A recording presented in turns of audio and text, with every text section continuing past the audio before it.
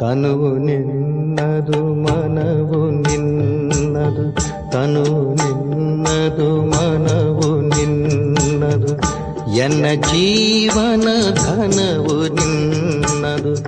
ನಾನು ನಿನ್ನವನೆಂಬ ಹೆಮ್ಮೆಯ ಋಣವು ಮಾತ್ರವೇ ನನ್ನದು. ತನು ನಿನ್ನದು ಮನವು ನಿನ್ನದು.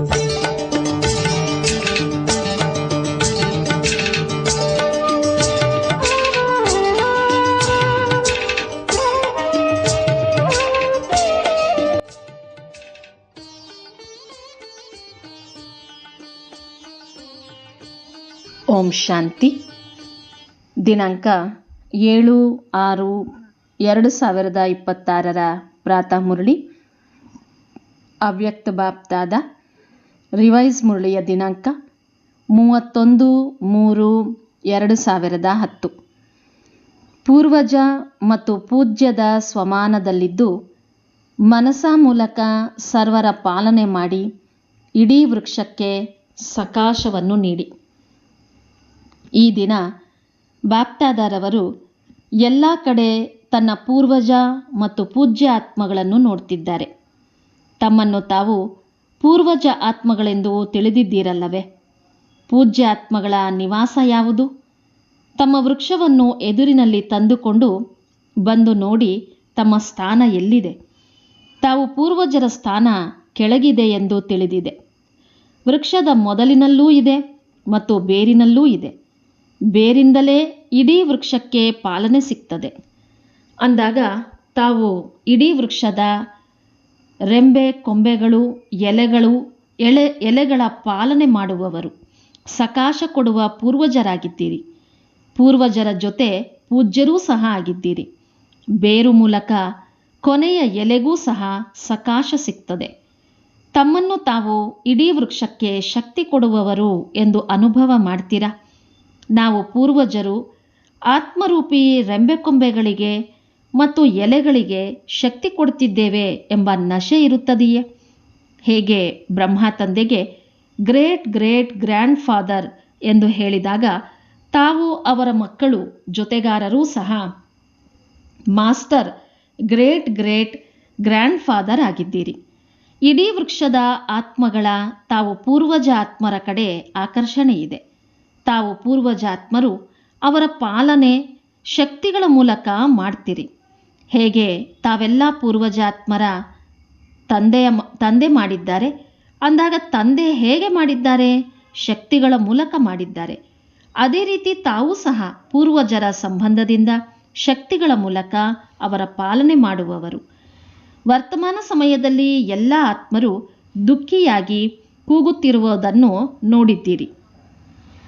ತಮ್ಮ ತಮ್ಮ ದೇವಿ ದೇವತೆಗಳನ್ನು ಬನ್ನಿ ನಮ್ಮ ರಕ್ಷಣೆ ಮಾಡಿ, ನಮಗೆ ಶಾಂತಿ ಕೊಡಿ, ನಮಗೆ ಶಕ್ತಿ ಕೊಡಿ, ಓ ಕ್ಷಮಾಸಾಗರ ಪೂರ್ವಜರು ನಮಗೆ ಪಾಲನ ಕೊಡಿ ಎಂದು ಕೂಗುತ್ತಿದ್ದಾರೆ. ಅಂದಾಗ ಈ ಶಬ್ದ ತಾವು ಪೂರ್ವಜ ಆತ್ಮಗಳ ಕಿವಿಗೆ ಕೇಳಿಸುತ್ತಿದೆಯೇ? ನಾವೇ ಪೂರ್ವಜರು ಎಂಬ ಅನುಭವ ಮಾಡ್ತೀರಾ? ಇಡೀ ವೃಕ್ಷದಲ್ಲಿ ನೋಡಿ ಅನ್ಯ ಧರ್ಮ ಆತ್ಮರುಗಳೂ ಸಹ ಇದ್ದಾರೆ. ಅಂದಾಗ ವೃಕ್ಷದಲ್ಲಿ ರೆಂಬೆಕೊಂಬೆಗಳಿರುವ ಕಾರಣ ಅವರೂ ತಮ್ಮನ್ನು ಅದೇ ದೃಷ್ಟಿಯಿಂದ ನೋಡ್ತಾರೆ. ಅವರ ಪೂರ್ವಜರು ತಾವೇ ಆಗಿದ್ದೀರಿ. ಯಾವುದೇ ಧರ್ಮದ ಆತ್ಮಗಳ ಜೊತೆ ತಾವು ಮಿಲನ ಮಾಡಿದಾಗ ಇವರು ನಮ್ಮ ವೃಕ್ಷದ ರೆಂಬೆಕೊಂಬೆಗಳಾಗಿದ್ದಾರೆ ಎಂದು ತಿಳಿತೀರಾ? ಅವರೂ ತಮ್ಮನ್ನು ಮಿಲನ ಮಾಡಿದಾಗ ನಮ್ಮವರು ಎಂದು ತಿಳಿತಾರೆ. ನಮ್ಮತನದ ಅನುಭವ ಆತ್ಮಗಳಿಗೂ ಸಹ ಆಗ್ತಿದೆ ಮತ್ತು ಆಗಲೇಬೇಕು.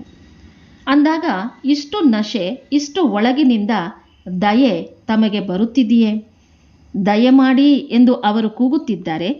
ಈಗ ಸಮಯದನುಸಾರ ತಾವೆಲ್ಲ ಪೂರ್ವಜಾತ್ಮರು ಆತ್ಮಗಳ ಶಕ್ತಿಗಳ ಮೂಲಕ ಪಾಲನೆ ಮಾಡಬೇಕಾಗಿದೆ. ಅವರಿಗೆ ಅವಶ್ಯಕತೆ ಇದೆ ಅಂದಾಗ ತಾವೆಷ್ಟು ಪೂರ್ವಜರು ಎಂಬ ನಶೆಯಲ್ಲಿರ್ತೀರಿ, ಅಷ್ಟೇ ತಮ್ಮ ಮೂಲಕ ಅವರ ಪಾಲನೆ ಆಗ್ತದೆ. ಲೌಕಿಕದಲ್ಲಿ ಯಾರದ್ದಾದರೂ ಪಾಲನೆ ದೊಡ್ಡವರ ಮೂಲಕ ಆಗ್ತದೆ. ಅವರೇ ತಮ್ಮ ಶರೀರದ ತಿನ್ನುವುದು, ಕುಡಿಯುವುದು ಮತ್ತು ವಿದ್ಯೆ ಯಾವುದು ಸಂಪಾದನೆಗೆ ಆಧಾರವಾಗಿದೆ ಅದರ ತಯಾರಿ ಮಾಡ್ತಾರೆ. ಹೇಗೆ ತಂದೆ ತಾವು ಮಕ್ಕಳಿಗೆ ಭಿನ್ನ ಭಿನ್ನ ಶಕ್ತಿಗಳ ಮೂಲಕ ಪಾಲನೆ ಮಾಡಿದ್ದಾರೆ, ಅದೇ ರೀತಿ ಇಡೀ ವೃಕ್ಷದ ರೆಂಬೆಕೊಂಬೆಗಳ ಎಲೆಗಳ ಪಾಲನೆ ಮಾಡುವುದು ಈಗ ತಮ್ಮ ಕಾರ್ಯವಾಗಿದೆ. ಈ ರೀತಿ ಉತ್ಸಾಹ ತಾವು ಪೂರ್ವಜಾತ್ಮರಿಗೆ ಬರುತ್ತದೆಯೇ? ಪೂಜ್ಯರೂ ಆಗಿದ್ದೇವೆ ಎಂಬ ನಶೆ ಇದೆಯೇ? ನೋಡಿ, ಇಡೀ ಡ್ರಾಮಾದಲ್ಲಿ ಎಷ್ಟು ತಾವು ಆತ್ಮಗಳಿಗೆ ಕಾಯಿದೆ ಪ್ರಮಾಣ ಪೂಜೆಯಾಗ್ತದೆ, ಅಷ್ಟು ಯಾವುದೇ ಮಹಾತ್ಮ ಧರ್ಮಪಿತರಿಗೆ ಆಗೋದಿಲ್ಲ. ತಮ್ಮ ಪೂಜೆ ನಿಯಮ ಪ್ರಮಾಣ ಆರತಿ ಭೋಗ ಇಡುವುದು ಈ ರೀತಿ ಯಾರಿಗೂ ಆಗೋದಿಲ್ಲ. ಗಾಯನ ನೋಡಿ, ತಮಗೆ ಕಾಯಿದೆ ಪ್ರಮಾಣ ಕೀರ್ತನೆ ಆಗ್ತದೆ, ಯಾರದ್ದೂ ಈ ರೀತಿ ಗಾಯನ ಆಗೋದಿಲ್ಲ. ಅಂದಾಗ ತಾವು ಪೂರ್ವಜರ ಜೊತೆ ಪೂಜ್ಯರೂ ಆಗಿದ್ದೀರಿ. ಡ್ರಾಮಾದಲ್ಲಿ ತಮ್ಮ ಹಾಗೆ ಪೂಜೆ ಮತ್ತು ಗಾಯನ ಯಾರದ್ದೂ ಆಗೋದಿಲ್ಲ. ಬಾಪ್ದಾದ ಅಂತಹ ತಾವು ಪೂಜ್ಯ ಮತ್ತು ಪೂರ್ವಜಾತ್ಮಗಳನ್ನು ನೋಡಿ ಎಷ್ಟು ಖುಷಿಯಾಗ್ತಾರೆ. ತಂದೆ ಹೃದಯದಿಂದ ಪದೇ ಪದೇ ವಾಹ್, ನನ್ನ ಸರ್ವ ವೃಕ್ಷದ ಪೂರ್ವಜ ಮತ್ತು ಪೂಜ್ಯ ಆತ್ಮಗಳೇ ವಾಹ್ ಹಾಡು ಬರ್ತದೆ. ವರ್ತಮಾನದಲ್ಲಿ ಬಾಪ್ದಾದ ತಾವು ಮಕ್ಕಳೆಲ್ಲರಿಗೆ ತಮ್ಮ ಸಮಾನ ತಂದೆಯ ಸಮಾನ ಸಂಪನ್ನ ಮತ್ತು ಸಂಪೂರ್ಣ ಆಗುವುದು ಯಾವುದಿದೆ ಅದೇ ರೂಪವನ್ನು ನೋಡಲು ಬಯಸ್ತಾರೆ. ಅದಕ್ಕಾಗಿ ಒಂದು ಮಾತು ಮಕ್ಕಳು ಗಮನದಲ್ಲಿಟ್ಟುಕೊಳ್ಳಬೇಕು. ಎಲ್ಲ ಮಕ್ಕಳು ಪುರುಷಾರ್ಥ ಬಹಳ ಚೆನ್ನಾಗಿ ಮಾಡುವುದು ಬಾಪ್ದಾದರವರು ನೋಡಿದ್ದಾರೆ. ಆದರೆ ಸದಾ ಎಂಬ ಶಬ್ದ ಪ್ರತಿಯೊಬ್ಬರೂ ತಮ್ಮ ಪುರುಷಾರ್ಥದಲ್ಲಿ ಸೇರಿಸಿಕೊಳ್ಳಬೇಕು, ಅಟೆನ್ಷನ್ ಕೊಡಬೇಕು. ಬಾಪ್ದಾದ ಮಕ್ಕಳನ್ನು ಕೇಳ್ತಾರೆ, ಹೇಗೆ ತಂದೆ ತಾವು ಎಲ್ಲ ಮಕ್ಕಳನ್ನು ಶ್ರೇಷ್ಠ ಸ್ವಮಾನಧಾರಿ ಆತ್ಮಗಳ ರೂಪದಲ್ಲಿ ನೋಡ್ತಾರೆ, ಅದೇ ರೀತಿ ತಾವು ತಮ್ಮನ್ನೂ ಸಹ ಸ್ವಮಾನಧಾರಿ ಎಂದು ತಿಳಿದಿದ್ದೀರಾ? ನಾವು ಸಹ ನಮ್ಮ ರಾಜ್ಯಕ್ಕೆ ಹೋಗೋಣ ಎಂದು ಮಕ್ಕಳು ಬಯಸುವುದು ಬಾಪ್ದಾದರವರು ನೋಡಿದ್ದಾರೆ. ಈಗ ಮನೆಗೆ ಹೋಗಬೇಕು ಎಂಬ ಹಾಡನ್ನು ಹೃದಯದಲ್ಲಿ ಹಾಡುತ್ತಿರುತ್ತಾರೆ. ಈಗ ಮನೆಗೆ ಹೋಗಬೇಕು, ರಿಟರ್ನ್ ಜರ್ನಿ ಮಾಡಬೇಕು. ಇದಕ್ಕಾಗಿ ಬಾಪ್ದಾದರವರು ಇಡೀ ಸಮಯ ತಮ್ಮನ್ನು ತಾವು ಯಾವುದಾದರೂ ಸೇವೆಯಲ್ಲಿ ಬ್ಯುಸಿಯಾಗಿಟ್ಟುಕೊಳ್ಳಿ ಎಂದು ಮೊದಲೇ ಹೇಳಿದರು. ಬಾಪ್ದಾದರವರು ನೋಡಿದರು, ಸೇವೆಯ ಆಸಕ್ತಿ, ಸೇವೆಯ ಉಮಂಗ ಉತ್ಸಾಹ ಈಗಲೂ ಮಕ್ಕಳಲ್ಲಿದೆ. ಒಳ್ಳೆಯ ಸೇವೆಯ ಸಮಾಚಾರವೂ ಸಹ ಬಾಪ್ದಾದರವರು ಕೇಳ್ತಾರೆ. ಆದರೆ ಬಾಪ್ದಾದ ತೀವ್ರಗತಿಯಲ್ಲಿ ಮುಂದುವರಿಯಲು ಮಕ್ಕಳಿಗೆ ವಿಶೇಷ ಅಟೆನ್ಷನ್ ಕೊಡಿಸ್ತಾರೆ. ಕೇವಲ ವಾಚಾ ಸೇವೆ ಅಲ್ಲ, ಸೇವೆ ಮಾಡ್ತೀರಿ ಅಂದಾಗ ಒಂದೇ ಸಮಯದಲ್ಲಿ 3 ಸೇವೆಗಳನ್ನು ಒಟ್ಟಿಗೆ ಮಾಡಿ. ಮನಸ್ಸಾ ಮೂಲಕ ಸಕಾಶ್ ಕೊಡಿ, ವಾಚಾ ಮೂಲಕ ಜ್ಞಾನ ಕೊಡಿ ಮತ್ತು ಕರ್ಮಣ ಅರ್ಥಾತ್ ತಮ್ಮ ಸಂಪರ್ಕದ ಮೂಲಕ, ಸಂಬಂಧದ ಮೂಲಕ, ಚೆಹರೆಯ ಮೂಲಕ ಈ ರೀತಿ ಸೇವೆ ಮಾಡಿ ಅದರ ಪ್ರಭಾವವು ಜೊತೆ ಜೊತೆಗೆ ಸೇವೆಯಲ್ಲಿರಲಿ. ಒಂದೇ ಸಮಯದಲ್ಲಿ 3 ಸೇವೆಗಳನ್ನು ಒಟ್ಟಿಗೆ ಮಾಡಿ. ಏಕೆಂದರೆ ಈಗ ಆತ್ಮಗಳು ಸೇವೆಗಾಗಿ ಸ್ವಲ್ಪ ವ್ಯತ್ಯಾಸವಿರಲಿ, ಸ್ವಲ್ಪ ಬದಲಾವಣೆಯಾಗಬೇಕು ಎಂದು ಬಯಸ್ತಾರೆ. ಒಂದೇ ಸಮಯದಲ್ಲಿ 3 ಸೇವೆಗಳನ್ನು ಮಾಡಲು ಸಾಧ್ಯವೇ?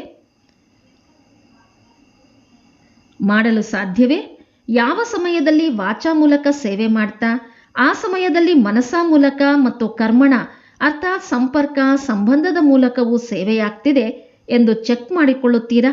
ಜೊತೆ ಜೊತೆಗೆ ಆಗ್ತದೆ. ಯಾರು ನಾವು ಒಂದೇ ಸಮಯದಲ್ಲಿ 3 ಸೇವೆಗಳನ್ನು ಮಾಡುತ್ತಿದ್ದೇವೆ ಎಂದು ತಿಳಿದಿದ್ದೀರೋ ಅವರು ಕೈ ಎತ್ತಿ. 3 ಸೇವೆಗಳನ್ನು ಮಾಡ್ತೀರಾ? ಒಳ್ಳೆಯದು. ಮೊದಲನೇ ಲೈನ್ ಕಡಿಮೆ ಕೈ ಏಕೆ ಎತ್ತುತ್ತಿದ್ದೀರಾ? ಏಕೆ? ಮೊದಲನೇ ಲೈನ್ ಯೋಚನೆ ಮಾಡುತ್ತಿದ್ದೀರಾ? ಮಧುಬನದವರು ಮಾಡ್ತಿದ್ದೀರಾ? ಮಧುಬನದವರು ಕೈ ಎತ್ತಿ. ಮಾಡುತ್ತಿದ್ದರೆ ಕೈ ಎತ್ತಿ. ಹಿಂದೆ ಒಂದೇ ಸಮಯದಲ್ಲಿ 3 ಸೇವೆಗಳು ಅಂದಾಗ ಈಗ ಅಟೆನ್ಷನ್ ಪ್ಲೀಸ್. ಕೆಲವೊಮ್ಮೆ ಅಲ್ಲ, ಏನಾಗ್ತದೆ? ಸೇವೆಯಂತೂ ಮಾಡ್ತೀರಿ, ಆದರೆ ಸೇವೆಯಲ್ಲಿ ತಮಗೆ ಮತ್ತು ಜೊತೆಗಾರರ ಸಂತುಷ್ಟತೆ ಇರಬೇಕು. ಏಕೆಂದರೆ ಸೇವೆಯ ಫಲ ಸಂತುಷ್ಟತೆ ಮತ್ತು ಖುಷಿಯಾಗಿದೆ. ಸೇವೆಯಂತೂ ಮಾಡಿದ್ದೇವೆ, ಆದರೆ ಯಾವಾಗ ಸ್ವಯಂ ಜೊತೆಗಾರರು, ವಾಯುಮಂಡಲ ಎಲ್ಲರೂ ಸಂತುಷ್ಟತೆಯ ವೈಬ್ರೇಷನ್ನಲ್ಲಿದ್ದಾಗ ಸೇವೆಯ ಖುಷಿಯಾಗ್ತದೆ ಎಂದು ತಿಳಿಸಿದ್ದೇವೆ. ಸೇವೆಯ ಸಫಲತೆಗಾಗಿ 3 ಮಾತುಗಳನ್ನು ವಿಶೇಷವಾಗಿ ತಿಳಿಸಿದ್ದೇವೆ, ನೆನಪಿರಬೇಕು. ಮೊದಲನೇ ನಂಬರ್ ಸೇವೆ ಅರ್ಥಾತ್ ನಿಮಿತ್ತ ಭಾವ, ಇನ್ನೊಂದು ನಿರ್ಮಾಣ ಭಾವನೆ, 3ನೆಯದ್ದು ನಿರ್ಮಲ ವಾಣಿ. ಭಾವ, ಭಾವನೆ ಮತ್ತು ಸ್ವಭಾವ ಇವೆಲ್ಲ ಸೇವೆಯಲ್ಲಿ ಜೊತೆ ಜೊತೆ ಇದ್ದಾಗ ಸ್ವಯಂ ಸಂತುಷ್ಟವಾಗಿರ್ತಾರೆ ಮತ್ತು ಜೊತೆಗಾರರೂ ಸಂತುಷ್ಟವಾಗಿರ್ತಾರೆ ಮತ್ತು ಯಾರ ಸೇವೆ ಮಾಡಿದಿರಿ ಅವರೂ ಮುಂದುವರಿಯುತ್ತಾರೆ. ನಿಮಿತ್ತ ಭಾವದವರು ತಂದೆಯ ಕಡೆ ಸಂಬಂಧವನ್ನು ಜೋಡಿಸ್ತಾರೆ. ಒಂದು ವೇಳೆ ನಿಮಿತ್ತ ಭಾವ ಇಲ್ಲವೆಂದರೆ ತಂದೆಗೆ ಇಷ್ಟು ಸಮೀಪ ಬರಲು ಸಾಧ್ಯವಿಲ್ಲ. ಯಾವಾಗ ಸೇವೆ ಮಾಡ್ತಿರೋ ಆಗ ಭಾವ, ಭಾವನೆ ಮತ್ತು ಸ್ವಭಾವ ಚೆನ್ನಾಗಿದೆಯೇ ಎಂದು ಚೆಕ್ ಮಾಡಿಕೊಳ್ಳಿ. ವರ್ತಮಾನದಲ್ಲಿ ಬಾಪ್ತಾದರವರು ನೋಡಿದ್ದಾರೆ. ಯಾವುದು ಬಾಪ್ತಾದರವರ ಮೂಲ ಮಾತಾಗಿದೆ, ಪ್ರತಿಯೊಬ್ಬರೂ ಮತ್ತು ತಾವು ಎಲ್ಲೇ ಸೇವೆಗೆ ಹೋಗ್ತೀರಾ ಅಂದಾಗ ಜೊತೆಗಾರರು ಸಂತುಷ್ಟವಾಗಿದ್ದಾರೆಯೇ ಎಂದು ಚೆಕ್ ಮಾಡಿಕೊಳ್ಳಿ. ಏಕೆಂದರೆ ಸೇವೆಯ ಸಫಲತೆಯಾಗಿದೆ ಸಂತುಷ್ಟತೆಯ ಫಲ ಪ್ರಾಪ್ತಿಯಾಗಲಿ, ಖುಷಿ ಪ್ರಾಪ್ತಿಯಾಗಲಿ. ಜೊತೆಗೆ ಒಂದು ಮಾತು ಬಾಪ್ತಾದ ಸೂಚನೆ ಕೊಡ್ತಾರೆ, ನಡೆಯುತ್ತಾ ಓಡಾಡುತ್ತಾ ಸಂಘಟನೆಯಲ್ಲೂ ಇರ್ತೀರಿ. ಯಾರಾದರೂ ಸೇವೆಯಲ್ಲಿ ಜೊತೆ ಇರ್ತಾರೆ ಅಂದಾಗ ಒಬ್ಬರಿಗೊಬ್ಬರನ್ನು ಆತ್ಮದ ರೂಪದಲ್ಲಿ ನೋಡಿ. ಆತ್ಮದ ರೂಪದಲ್ಲಿ ನೋಡುತ್ತಲೂ ಇದ್ದಾರೆ, ಅಭ್ಯಾಸವೂ ಮಾಡ್ತಾರೆ. ಆದರೆ ಆತ್ಮನನ್ನು ನೋಡಿದಾಗ ಆತ್ಮನ ನಿಜ ಸಂಸ್ಕಾರದ ರೂಪದಲ್ಲಿ ನೋಡ್ತೀರಾ? ಅಥವಾ ಯಾವುದು ಮಿಕ್ಸ್ಡ್ ಸಂಸ್ಕಾರ ಇದೆಯೋ ಅದು ಕಂಡು ಬರುತ್ತದೆಯೋ? ಆತ್ಮ ಇದರಲ್ಲಿ ಪಾಸ್ ಆಗಿದೆ, ಆದರೆ ಯಾವ ಸಂಸ್ಕಾರದಿಂದ ನೋಡ್ತೀರಿ? ಆತ್ಮನ ನಿಜ ಸಂಸ್ಕಾರದ ಜೊತೆ ಸಂಬಂಧದಲ್ಲಿ ಬರ್ತೀರಾ? ಅಥವಾ ವರ್ತಮಾನ ಸಂಸ್ಕಾರವೂ ಎದುರಿನಲ್ಲಿ ಬರುತ್ತದೆಯೋ? ಅಂದಾಗ ಈ ದಿನದಿಂದ ಯಾರನ್ನಾದರೂ ಆತ್ಮನ ರೂಪದಲ್ಲಿ ನೋಡಿ, ಆದರೆ ಆತ್ಮನ ಯಾವ ನಿಜ ಸಂಸ್ಕಾರ ಇದೆ ಆ ರೂಪದಲ್ಲಿ ನೋಡಿ ಎಂದು ಬಾಪ್ತಾದರವರು ಹೇಳ್ತಾರೆ. ಪರಸ್ಪರ ಕೆಲವೊಮ್ಮೆ ಯಾವ ಮಾತುಗಳು ನಡೀತಿದೆ ಅದು ಆಗೋದಿಲ್ಲ, ಆಗ ಆತ್ಮನ ರೂಪದಲ್ಲಿ ನೋಡ್ತೀರಿ. ಆದರೆ ಜೊತೆಯಲ್ಲಿ ವರ್ತಮಾನ ಸಂಸ್ಕಾರ ಬರ್ತದೆ. ಪರಸ್ಪರ ಸಂಪೂರ್ಣ ಸ್ಥಿತಿ ಯಾವುದಾಗಬೇಕೋ ಅದರಲ್ಲಿ ಕೊರತೆ ಆಗ್ತದೆ. ಅಂದಾಗ ನಿಜ ಸಂಸ್ಕಾರವುಳ್ಳ ಆತ್ಮನನ್ನು ನೋಡಿ. ಈಗ ಸಂಘಟನೆಯಲ್ಲಿ ಯಾವ ಅಡಚಣೆ ಬರ್ತಿದೆ ಅದು ಸಮಾಪ್ತಿಯಾಗ್ತದೆ. ಈ ಬ್ರಾಹ್ಮಣ ಪರಿವಾರ ಶ್ರೇಷ್ಠ ಪರಿವಾರವಾಗಿದೆ. ಪರಿವಾರದ್ದು ಬಹಳ ಮಹಿಮೆ ಇದೆ. ಈ ಈಶ್ವರೀಯ ಪರಿವಾರ ಪದೇ ಪದೇ ಸಿಗೋದಿಲ್ಲ. ಕಲ್ಪದಲ್ಲಿ ಒಂದೇ ಬಾರಿ ಈಶ್ವರೀಯ ಪರಿವಾರ ಸಿಕ್ಕಿದೆ. ಇಷ್ಟು ದೊಡ್ಡ ಪರಿವಾರ ಇಡೀ ಕಲ್ಪದಲ್ಲೆಂದೂ ಸಿಗೋದಿಲ್ಲ. ಪರಿವಾರದ ವಿಶೇಷತೆಯನ್ನು ತಿಳಿಯುವುದು ಮತ್ತು ಪರಿವಾರದಲ್ಲಿ ನಡೆಯುವುದು ಒಂದು ಮಹಾನ್ ಸಬ್ಜೆಕ್ಟ್ ಆಗಿದೆ. ಮೊದಲೂ ತಿಳಿಸಿದ್ದೇವೆ, ಈ ಜ್ಞಾನದ ತಳಪಾಯ ನಿಶ್ಚಯವಾಗಿದೆ ಮತ್ತು ನಿಶ್ಚಯದಲ್ಲಿ 4 ಮಾತುಗಳಿವೆ. ಬಾಪ್ ಮತ್ತು ದಾದಾ ಜೊತೆಯಲ್ಲಿಯೇ ಇದ್ದಾರೆ ಮತ್ತು ನಾಲೆಜ್ನ ಮೇಲೆ, ಡ್ರಾಮಾದ ಮೇಲೆ, ಪರಿವಾರದ ಮೇಲೆ ಎಲ್ಲರಲ್ಲೂ ನಿಶ್ಚಯವಿದೆ. ಅಂದಾಗ ನಿಶ್ಚಯ ಬುದ್ಧಿಯುಳ್ಳವರು ಸಹಜ ಪುರುಷಾರ್ಥಿ ಆಗ್ತಾರೆ. ಹೇಗೆ ಬಾಪ್ತಾದರವರ ಮೇಲೆ ನಿಶ್ಚಯವಿದೆ ಅದೇ ರೀತಿ ಪರಿವಾರದ ಮೇಲೂ ಅವಶ್ಯವಾಗಿ ನಿಶ್ಚಯ ಇರಬೇಕು. ಹೇಗೆ ನೋಡಿ, ಯಾವುದಾದರೂ ಮಾತಿನ ಪ್ಯಾಕಿಂಗ್ ಮಾಡಿದರೆ ಏನು ಮಾಡ್ತೀರಿ? 4 ಕಡೆ ರೈಟ್ ಮಾಡುತ್ತೀರಲ್ಲವೇ? ಒಂದು ಕಡೆಯಾದರೂ ರೈಟ್ ಮಾಡಿಲ್ಲವೆಂದರೆ ಏರುಪೇರಾಗ್ತದೆ. ಅದೇ ರೀತಿ ತಂದೆ, ಜ್ಞಾನದಲ್ಲೂ ವಿಶೇಷವಾಗಿ ಡ್ರಾಮಾ ಮತ್ತು ಪರಿವಾರ, ಒಂದು ವೇಳೆ 4 ಮಾತುಗಳು ಶಕ್ತಿಶಾಲಿಯಾಗಿಲ್ಲವೆಂದರೆ ವಿಘ್ನಗಳು ಬರ್ತವೆ. ವಿಘ್ನಗಳನ್ನು ಪಾರು ಮಾಡುವುದರಲ್ಲಿ ಅಟೆನ್ಷನ್ ಕೊಡಬೇಕು. ಅದರಿಂದ ಪರಿವಾರವನ್ನು ತಿಳಿದು ಪರಿವಾರದ ಜೊತೆ ಪ್ರೀತಿ, ಒಬ್ಬರಿಗೊಬ್ಬರು ತಿಳಿಯುವುದು ಬಹಳ ಅವಶ್ಯಕತೆ ಇದೆ. ಅಂದಾಗ ಪೂರ್ವಜರಾಗಿದ್ದೀರಾ, ಪೂಜ್ಯರಾಗಿದ್ದೀರಾ ಅಂದಾಗ ಈ ಮಾತುಗಳನ್ನು ತಮ್ಮಲ್ಲಿ ಮತ್ತು ತಮ್ಮ ಜೊತೆಗಾರರಲ್ಲಿ ತೆಗೆದುಕೊಂಡು ಬರಬೇಕು. ಏನೇ ಆಗಲಿ ನಂಬರ್ ವಾರಂತೂ ಇದ್ದೀರಲ್ಲವೇ? ಆದರೆ ಬ್ರಾಹ್ಮಣ ಪರಿವಾರದ ವಿಶೇಷ ಕಾರ್ಯ ಆಶೀರ್ವಾದವನ್ನು ಕೊಡುವುದು ಮತ್ತು ಆಶೀರ್ವಾದವನ್ನು ತೆಗೆದುಕೊಳ್ಳುವುದು. ಕೆಲವು ಮಕ್ಕಳು ಹೇಳ್ತಾರೆ, ಬೇರೆಯವರು ಕ್ರೋಧ ಮಾಡಿಕೊಂಡಾಗ ಆಶೀರ್ವಾದ ಹೇಗೆ ತೆಗೆದುಕೊಳ್ಳೋದು? ಆಶೀರ್ವಾದವಂತೂ ತೆಗೆದುಕೊಳ್ಳೋದಿಲ್ಲ, ಕೋಪ ಮಾಡಿಕೊಳ್ತಾರೆ. ಒಳ್ಳೆಯದು, ಅವರು ಸಂಸ್ಕಾರಕ್ಕೆ ವಶರಾಗಿ ಶಾಪ ಕೊಟ್ಟರೆ ತಾವು ಆಶೀರ್ವಾದ ಕೊಡಲು ಬಯಸ್ತೀರಿ, ಆದರೆ ಅವರು ಶಾಪವನ್ನೇ ಕೊಡ್ತಾರೆ. ಆದರೆ ಶಾಪ ಕೊಟ್ಟರೆ ತೆಗೆದುಕೊಳ್ಳುವವರು ಯಾರಾಗಿದ್ದಾರೆ ಎಂದು ಬಾಪ್ತಾದರವರು ಕೇಳ್ತಾರೆ. ತೆಗೆದುಕೊಳ್ಳುವವರು ನೀವೋ ಅಥವಾ ಅವರು ಕೊಡುವವರಾಗಿದ್ದಾರೆ, ತಾವು ತೆಗೆದುಕೊಳ್ಳುವವರಾಗಿದ್ದೀರಿ ಅಂದಾಗ ಅವರ ಶಾಪ ತಾವು ಏಕೆ ತೆಗೆದುಕೊಂಡಿದ್ದೀರಿ? ಒಂದು ವೇಳೆ ಆತ್ಮನನ್ನು ನಿಜ ಸಂಸ್ಕಾರದಿಂದ ನೋಡಿದಾಗ ತಮಗೆ ದಯೆ ಬರ್ತದೆ. ಸ್ವಯಂ ಸಹ ಸುರಕ್ಷಿತವಾಗಿರಿ, ಶಾಪ ತೆಗೆದುಕೊಳ್ಳಬೇಡಿ. ತೆಗೆದುಕೊಳ್ಳುವವರು ನೀವಾಗಿದ್ದೀರಿ, ತೆಗೆದುಕೊಳ್ಳಬೇಡಿ, ಕೊಡಬೇಡಿ ಅಂದಾಗ ಈಗ ಬಾಪ್ತಾದ ಈ ದಿನ ಅಥವಾ ಬರುವವರಿಗೆ ಹೋಮ್ವರ್ಕ್ ಕೊಡ್ತಾರೆ. ಎಂದಾದರೂ ಯಾರನ್ನಾದರೂ ಆತ್ಮನ ರೂಪದಲ್ಲಿ ನೋಡಿದಾಗ ವರ್ತಮಾನ ಸಂಸ್ಕಾರ ರೂಪದಲ್ಲಿ ನೋಡಬೇಡಿ. ಆತ್ಮ ಎಂದು ಹೇಳಿದಾಗ ಆತ್ಮನ ನಿಜ ಸಂಸ್ಕಾರ ಯಾವುದಿದೆ ಆ ವಾಸ್ತವ ಸಂಸ್ಕಾರ ರೂಪದಲ್ಲಿ ಸಂಬಂಧದಲ್ಲೂ ಬನ್ನಿ ಮತ್ತು ದೃಷ್ಟಿಯಲ್ಲೂ ಆ ದೃಷ್ಟಿಯಿಂದ ನೋಡಿದಾಗ ಯಾವ ವಿಘ್ನ ಬರ್ತದೆ, ಯಾವುದರ ಕಾರಣ ಪುರುಷಾರ್ಥದಲ್ಲಿ ತೀವ್ರತೆ ಬರೋದಿಲ್ಲ. ಅಂದಾಗ ಈಗ ವೃತ್ತಿ ಬದಲಾವಣೆಯಾದಾಗ, ದೃಷ್ಟಿ ಬದಲಾವಣೆಯಾದಾಗ ಮಾತುಗಳು ಸಮಾಪ್ತಿಯಾಗ್ತವೆ. ಯಾರದ್ದಾದರೂ ಯಾವುದೇ ಮಾತುಗಳನ್ನು ನೋಡಿದಾಗ ಬಾಪ್ದಾದರವರು ಮೊದಲು ಹೇಳಿದ್ದಾರೆ, ಸದಾ ತಾವು ಬ್ರಾಹ್ಮಣ ಪರಿವಾರದ ಒಬ್ಬೊಬ್ಬರ ಕರ್ತವ್ಯ ಶುಭ ಭಾವನೆ ಮತ್ತು ಶುಭ ಕಾಮನೆ ಕೊಡುವುದು ಮತ್ತು ತೆಗೆದುಕೊಳ್ಳುವುದು. ಆ ಸಂಸ್ಕಾರದಿಂದ ನೋಡಿ ಮತ್ತು ನಡೆಯಿರಿ. ಮತ್ತೊಂದು ಮಾತನ್ನು ಹೇಳ್ತೇವೆ, ಮೊದಲು ಹೇಳಿದ್ದೇವೆ, ಕೆಲವೊಮ್ಮೆ ಸಂಘಟನೆಯಲ್ಲಿ ಪರದರ್ಶನ, ಪರಚಿಂತನೆ ಮತ್ತು ಪರಮತದ ಕಡೆ ಆಕರ್ಷಿತರಾಗ್ತೀರಿ. ಈಗ ಈ 3 ಪರಗಳನ್ನು ತೆಗೆದುಹಾಕಿ ಒಂದು ಪರವನ್ನಿಟ್ಟುಕೊಳ್ಳಿ. ಆ ಒಂದು ಪರ ಪರೋಪಕಾರವಾಗಿದೆ. ಪರೋಪಕಾರ ಮಾಡಬೇಕು ಮತ್ತು ಪರೋಪಕಾರಿ ಆಗಬೇಕು. ಬ್ರಾಹ್ಮಣರ ಸ್ವಭಾವ ಪರೋಪಕಾರಿ, ಪರದರ್ಶನ ಅಲ್ಲ. ಈ ಪರವನ್ನು ತೆಗೆದುಹಾಕಿ. ಈ 3 ಬಹಳ ನಷ್ಟ ಮಾಡ್ತವೆ. ಆದ್ದರಿಂದ ತಮ್ಮ ಸ್ವಮಾನ ನಾನು ಬ್ರಾಹ್ಮಣ ಆತ್ಮನ ಸ್ವಮಾನವೇ ಆಗಿದೆ, ಪರೋಪಕಾರ ಎಂದು ನೆನಪಿಟ್ಟುಕೊಳ್ಳಿ. ಮತ್ತೊಂದು ಸೀಸನ್ನಲ್ಲಿ ಬಾಪ್ದಾದರವರು ಪ್ರತಿಯೊಬ್ಬರಲ್ಲಿ ಈ ಪರಿವರ್ತನೆ ನೋಡಲು ಬಯಸ್ತಾರೆ. ಆಗುತ್ತದೆಯೇ? ಕೈ ಎತ್ತುವುದರಲ್ಲಿ ಚೆನ್ನಾಗಿದ್ದೀರಿ, ಆದರೆ ಏನು ಮಾಡಬೇಕು? ಒಳ್ಳೆಯದು. ಬಾಪ್ದಾದರವರು ಶುಭಾಶಯಗಳನ್ನು ನೀಡುತ್ತಿದ್ದಾರೆ. ಒಬ್ಬರಿಗೊಬ್ಬರು ಅಟೆನ್ಷನ್ ಕೊಡಿಸುತ್ತಿರಬೇಕು. ಏನು ಮಾಡಬೇಕು? ಪ್ರತಿನಿತ್ಯ ರಾತ್ರಿ ನಿದ್ರೆ ಮಾಡುವ ಮೊದಲು ಬಾಪ್ದಾದರವರಿಗೆ ಗುಡ್ ನೈಟ್ ಹೇಳುವುದರ ಮೊದಲು ತಮ್ಮ ಪೂರ್ತಿ ಲೆಕ್ಕವನ್ನು ಕೊಡಬೇಕು. ಒಳ್ಳೆಯದನ್ನು ಮಾಡಲಿ ಅಥವಾ ಕೆಟ್ಟದ್ದನ್ನು ಮಾಡಲಿ, ಯಾವುದು ಮಾಡಿದ್ದೀರೋ ಅದರ ಲೆಕ್ಕ ಕೊಟ್ಟು ಮತ್ತು ಬುದ್ಧಿಯನ್ನು ಖಾಲಿ ಮಾಡಿ ಗುಡ್ ನೈಟ್ ಹೇಳಬೇಕು. ತಂದೆಯ ಜೊತೆ ಮತ್ತು ತಂದೆಯ ನೆನಪಿನಲ್ಲೇ ತಾವು ಮಲಗಬೇಕು. ತಮ್ಮ ನಿದ್ರೆ ಬಹಳ ಚೆನ್ನಾಗಿರ್ತದೆ. ಮೊದಲು ತಮ್ಮನ್ನು ಖಾಲಿ ಮಾಡಿಕೊಳ್ಳಬೇಕು. ಬುದ್ಧಿಯಲ್ಲಿ ಯಾವುದೇ ಮಾತನ್ನಿಟ್ಟುಕೊಳ್ಳಬಾರದು. ತಂದೆಯ ರೂಪದಲ್ಲಿ ಪೂರ್ತಿ ಲೆಕ್ಕವನ್ನು ಸತ್ಯ ಹೃದಯದಿಂದ ಕೊಟ್ಟಿದ್ದೇ ಆದರೆ ತಾವು ಧರ್ಮರಾಜನ ಪುರಿಯಲ್ಲಿ ಹೋಗುವ ಅವಶ್ಯಕತೆ ಇಲ್ಲ. ಸತ್ಯ ಹೃದಯಕ್ಕೆ ಸಾಹೇಬ್ ರಾಜಿ ಆಗ್ತಾರೆ. ಅಂದಾಗ ಹೋಮ್ವರ್ಕ್ ಸಿಕ್ಕಿದೆಯೇ? ಒಂದು, ತಮ್ಮ ಪೂರ್ವಜ ಮತ್ತು ಪೂಜ್ಯ ರೂಪದ ಸೇವೆ ನಡೆಯುತ್ತಾ ಓಡಾಡುತ್ತಾ ಮಾಡಬಹುದು. ತಂದೆ ನೋಡಿದರೂ ಈ ಜನಕ್ ಮಗು ಆರೋಗ್ಯ ಚೆನ್ನಾಗಿಲ್ಲವೆಂದರೂ ವಿಶೇಷವಾಗಿ ಕರಾಚಿಯಲ್ಲಿ ಮನಸ ಸಕಾಶವನ್ನು ಕೊಟ್ಟರು. ಯಾರೇ ನಿಮಿತ್ತವಾಗಿರಲಿ, ಆದರೆ ಇವರು ಪ್ರತ್ಯಕ್ಷ ರೂಪದಲ್ಲಿ ಮಾಡಿದರು. ಅಲ್ಲಿನ ಆತ್ಮಗಳಿಗೆ ಸಕಾಶ ಸಿಕ್ಕಿದೆ ಮತ್ತು ಉತ್ಸಾಹದಿಂದ ಮುಂದುವರಿಯುತ್ತಿದ್ದರು.